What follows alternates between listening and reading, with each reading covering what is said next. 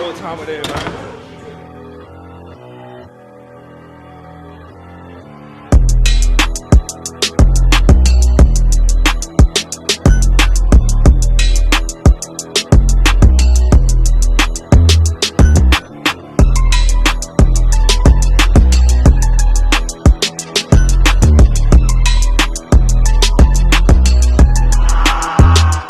What's going on, everybody? Ray B, sport performance corrective exercise and movement coach, back again for the Knicks wall. We're in the lab, and I'm super excited to start breaking it down once again. Now, we're not necessarily going to break down the players' biomechanics and games right now, but we're going to take a peek at what these Knicks have been doing in the offseason to get their bodies right. Fitness-wise, diet-wise, exercise-wise, all of the different types of things. And the things that I have seen from the Knicks social media and the players' social media accounts, they've been doing some great things that have me very excited, and I can't wait to explain why. So first, whoever's running the Knicks through these off-season workouts at the practice facility, I would love to take out to dinner. Because the things that I've seen them do in these clips are absolutely sensational. Using kettlebells, cables, Boso balls, you got foam pads involved. I see you guys doing side planks. 100% yes, absolutely love to see it. And I'm going to explain why right now. All right, so let's jump into the first thing that I love to see. And that was the amount of rows that I saw the Knicks doing. I saw all of them doing rows, and I absolutely love that. The lats are a prime mover, which means they're a big muscle responsible for a lot of stuff. So when you have a strong back, you have a strong body, and with a strong body, you can do a lot of good things, basketball or otherwise. Rebounding, X, Y, or Z is going to correlate to being a strong person. And not only were they doing rows, cable rows.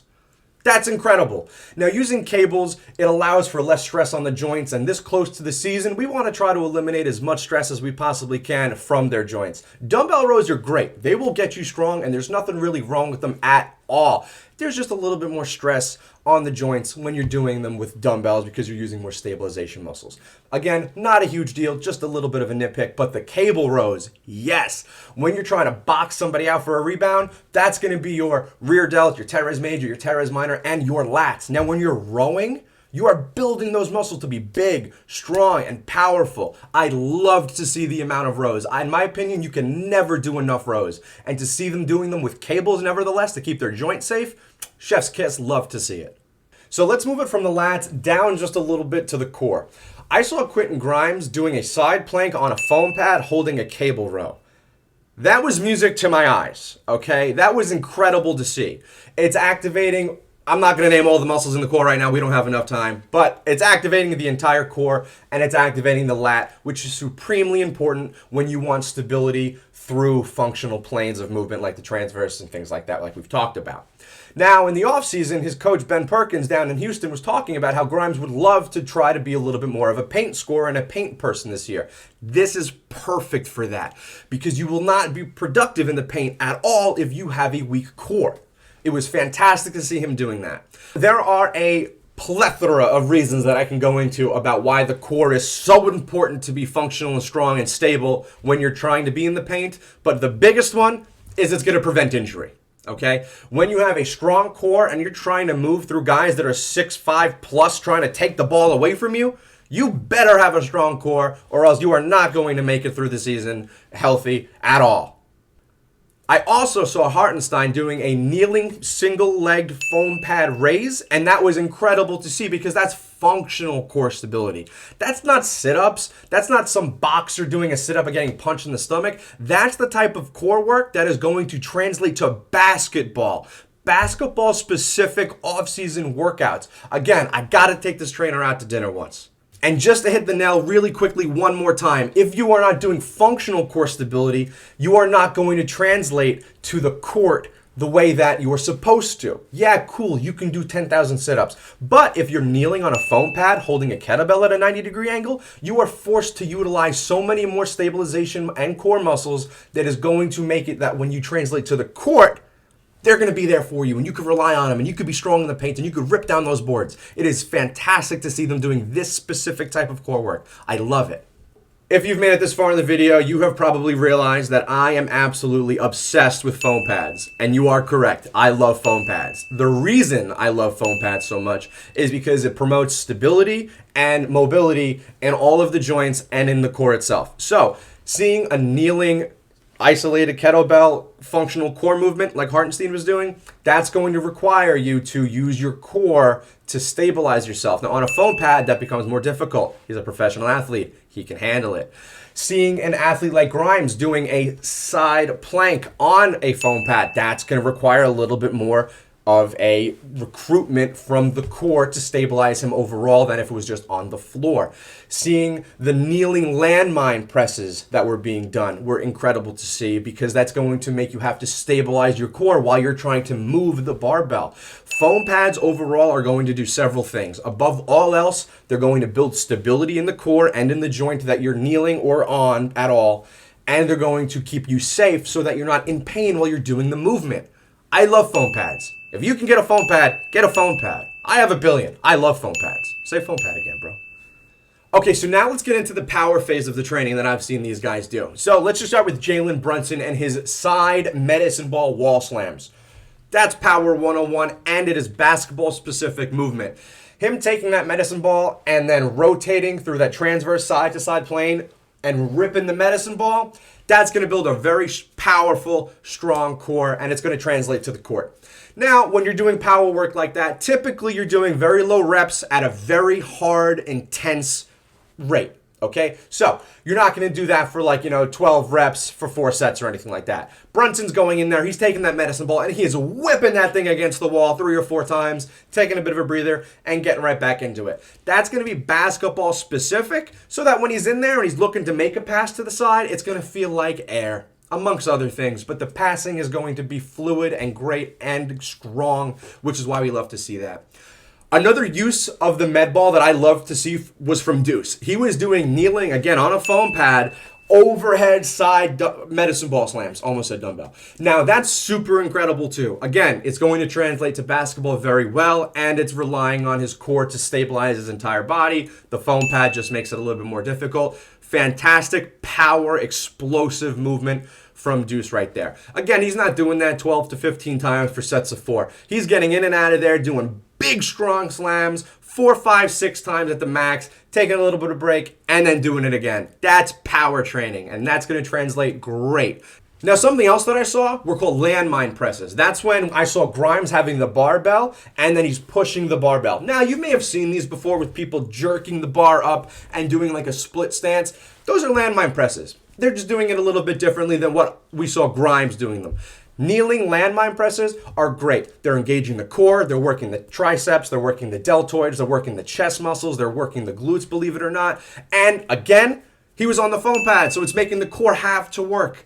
It's incredible to see these Knicks doing these things, because these things are absolutely perfect. Again, sport specific. They're not out there training to play baseball. They're not out there training to play football. These guys are out there doing basketball specific movements in a strong power phase that is going to translate to them being strong and not to be trifled with when they're on the court. This was incredible to see. Landmine presses, medicine ball power slams on foam pads. Are you kidding me? Where's this been? This is what I'm talking about. This is the move. We need more of this. And during this year's media day, we were able to hear from the players specifically and what they've been doing in their offseason in their own words. And Derrick Rose, paraphrasing, was saying that he eliminated junk foods from his diet, and that was something that was hard for him. My diet, my diet was everything. Making sure that I cut the sugar out. That was extremely hard. I feel you, Derrick. It's hard for me too. But when you're eliminating those junk foods, it's going to allow you to recover better, okay? When you're having a hard training session and then you're going and eating Doritos, you're not going to recover optimally. You're not going to be able to hit your next training session as hard. Now, hopefully, Derrick Rose can stay on that path and train the correct way, as we've seen him do, and then we're going to hopefully see a healthy Derrick Rose and a lot more of Derrick Rose. Another individual who I heard was Mitchell Robinson. Now, Mitchell Robinson was at the press conference stealing my line, saying that he moves better and he's feeling better. I still got some weight, but I mean, I'm moving great. I feel great. So I mean, you feel like you found it in between? Yeah, like I got it in a good spot, body fat and everything. I feel like I done, got it to exactly where I need it to be. So I mean, I like it. I love it. It's great to hear. We really do love to hear it. He's playing into his body. Last year, he bulked up a little bit. This year, he's saying that he's in a little bit of a better spot with his body fat composition. He's feeling better muscularly. He's flexing at the press conference. He's running on the beach, He's getting held back while he's running on the beach. This year, we should see a much faster Mitchell Robinson if his training is any indicator. And lastly, Julius Randle, who looks like he's going to be the trendsetter for the Knicks offense this year and determine whether the Knicks are going to be the offense that got into the playoffs 2 years ago or the offense from last year. Now, this year at Media Day, Randle alluded to last offseason, he just jumped right back into work. Yeah, I think the first, part of the summer, I just had to get away, spend time with the family, clear head, reevaluate, all different, normal processing type stuff. I think it really helped me this offseason. The season before, offseason before, I didn't. I just kind of got straight back into the work. Now, whether he was going to take that time off or not, it doesn't matter. It allowed him the opportunity to rest, to heal, and recover. 3 enormous things that he needed to do. And another thing that I really liked to hear was that he got a chef. Now, that might seem like something that's small and not really that important, but let me try to explain to you why it is really important for an athlete. Taking something off of your plate, pun intended, and not have to deal with it is enormous. When you can just focus on training and getting better and staying healthy, you don't have to focus on what you're going to cook for dinner, what you're going to cook your wife, what you're going to cook your kid. You can just focus on getting in the gym and getting better. So when you are eating those good foods, you're able to recover better. Like I said with Rose, you can train better. You can train more optimally, which is going to allow for more gains, more progress, and overall a better, healthier Randle. And if we have a better, healthier Randle, and he's supposed to be the trendsetter, then the Knicks should be in pretty good shape. Literally. And now going from nutrition into the actual offseason training that Randle was doing, something that stood out to me big time was his ability to get into his hip mobility routine. He was doing hip mobility work. He was getting his lumbar spine activated. He was getting his cervical. He was getting his spine unlocked so he can move, okay? If your spine is locked up, it hurts. I'm sure some of you that hurt your back. How do you move?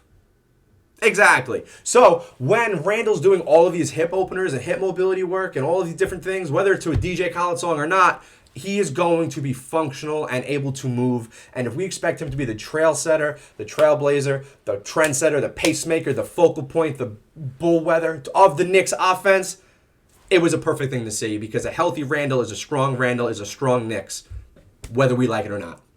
So in seeing Randle do all of these different types of things to keep his lower body mobile and effectively strong, it's going to effectively translate to a strong Knicks offense because these guys are clearly in shape, they're doing the right things, and they're all very hungry and dedicated, especially Rose because he cut out the snacks. Now, this past offseason, some people were kind of disappointed with the front office and the things that they did and the things that they didn't do. But if you're looking for any optimism, if you're looking for positivity, look no further than the things you just saw. These Knicks are primed, in shape, and geared to go. I can't wait to see them. I think that things are definitely on the upswing in terms of the physicality of the team personally. I'm really looking forward to the things that they're going to do this year. They are strong, fast, they're going to be reliable, dependable, and durable. Because we know when you move better, you feel better. For the Knicks, I'm Ray B.